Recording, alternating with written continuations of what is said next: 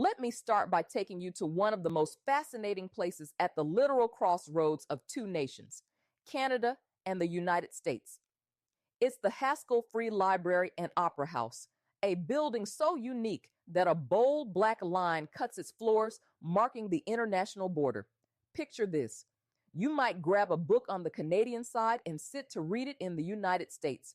Not many places in the world let you do that, right? When it opened in 1904, this space wasn't just built as a library or an opera house. It became something much more, a living, breathing embodiment of friendship, unity, and shared cultures. Imagine this. You're attending a performance where the stage is entirely in Canada, while the audience sits comfortably in the US. It's more than architecture. It's a message, a shared experience across borders that couldn't feel any less divided. This is what makes the Haskell so special. Let's not forget the incredible roles it has played over the decades. Families, often separated by legal or physical borders, have used the library as a sanctuary, a trusted space where they could reunite, talk, and simply be together.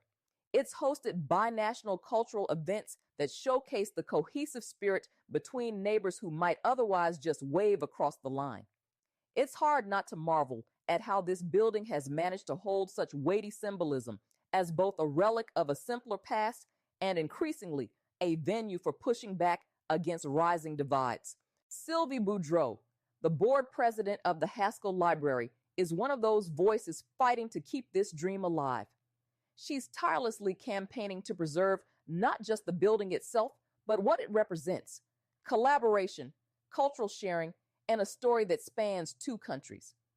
With tightened restrictions now threatening its very accessibility, Sylvie's unwavering dedication is a reminder of how special this place is, not just to Stansted or Derby Line, but to the ideals of shared humanity and mutual respect. Play this clip.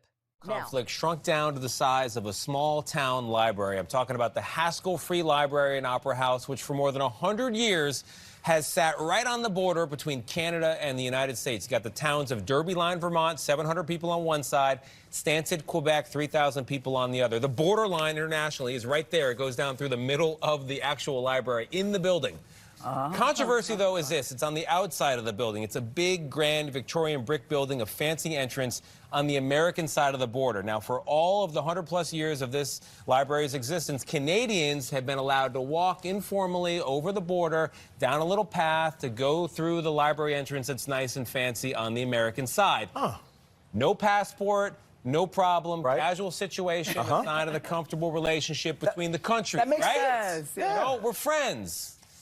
Not anymore. Now it's a symbol of conflict, this library. As of late last month, Customs and Border Protection saying there's been a rise in illicit border activity, maybe late returns, I don't know, has required all Canadians, except for library card holders and workers, to use the Canadian side of the building, and it gets worse. On October 1st, all Canadians, bar none, will have to use the Canadian side of the building, which right now is just a grim emergency door. Come on. Yeah, it's true. It took a turn. So if you read in between the lines, as I say in the library, the relationship has soured. The Trump people are, you know, they're big readers. They want those books back on time. It's not going to stand. No, I'm just kidding. I don't know. You know, it's just part of the agreement. Let's shift to the reasoning.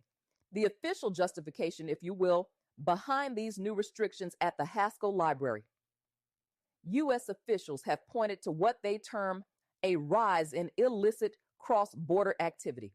They bring up past incidents, including a particularly notable case in 2018 involving firearm smuggling. A Canadian man admitted to hiding handguns in library trash cans before attempting to move them across the border. It's brash, yes. But is it representative of a larger trend? Here's where things get a little murkier. When asked for evidence, the Department of Homeland Security didn't exactly present detailed findings. In fact, the data shows a decrease in apprehensions near the library compared to prior years. So, if illicit activity isn't sharply climbing, we're left with a puzzle. Why this sudden clampdown? Is this truly about security threats, or could there be something else at play? I find it hard to ignore the words and actions of Kristi Noem, the current Secretary of Homeland Security.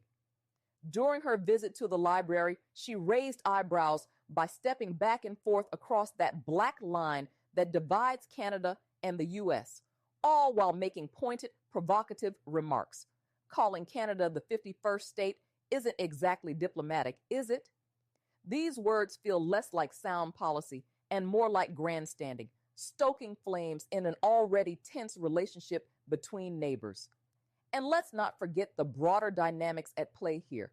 The Haskell Library stands as a symbol, a quiet but potent display of unity, of connection, of shared values between two countries. For over a century, both nations have maintained an unwritten agreement protecting this space. With this closure, you have to wonder, what's really driving this shift? Is it about national security, or is this politics masquerading as policy? Maybe it's both, and that's the most disheartening part. So, where does that leave us? When a space like the Haskell Library, a symbol of unity, begins to lose accessibility, the ripple effects travel far beyond its walls. Mayor Jody Stone of Stansted put it perfectly. He's not just upset about the restrictions themselves. He's grieving what they represent, the erosion of over a century of shared trust and cooperation. Imagine living in a town where you once walked across the street to meet your neighbors, and now you're met with barriers that say you're not welcome as you are. The community isn't sitting idle, though. Plans to create a new entrance on the Canadian side are already in motion. Renovations, construction, these are expensive undertakings, estimated to cost over $100,000. For a small town, that's not a trivial amount. But here's the heart of it. This isn't just about access. It's about rebuilding in a way that keeps the library's founding spirit intact. Board President Sylvie Boudreau remarked on how overwhelming this challenge feels. Sadness, disappointment, even anger. It's all part of the picture. But so is resilience. She vows that the community will rise above it, and I believe her. They have to. The alternative is too bleak to consider. You know, this fight over the Haskell Library reminds me of something deeply personal. A few years ago, my clinic partnered with a nearby community center that was on the brink of closing due to funding cuts. That center wasn't just a building, it was a lifeline, a place where people found health care, comfort, and belonging. We fought not only to keep it open, but to redefine it as a beacon of what a community can achieve when it pulls together. And let me tell you, standing in that reopened center for the first time was proof of one thing. Spaces like these aren't luxuries, they're necessities. Like the Haskell, they serve as a shared heartbeat, essential to identity and trust. So, as we wrap up our discussion on the Haskell Library, let's remember what's truly at stake. It's not just a building with beautiful architecture or a quirky international border marked by black tape. It's the very idea that collaboration and connection can transcend divisions, whether physical or political. And in the face of challenges, whether rooted in policy or distrust, it's these spaces that remind us of what we're capable of achieving together. Thank you for joining me on this exploration of one small library's enormous impact. Until next time, let's keep pushing, keep questioning, and most importantly, keep believing in the power of unity. That wraps up today's episode of The Real 411. I want to personally thank each and every one of you for tuning in and for your continued support. It means more than you know. If you found value in today's discussion, please drop a comment. Follow us on all social media platforms and let us know what topics you'd like to see us cover next. Be sure to sign up for our email newsletter so you never miss an update or exclusive insight. And if you believe in independent media that digs deeper and dares to tell the truth, please consider following The Real 411 on Substack and Fanbase. We offer both free and paid subscriptions, and your support helps us continue producing content that informs, empowers, and sparks real conversation. Thanks again for being part of this journey, because remember, the story is never just the headline. Until next time, stay informed, stay bold, and stay real.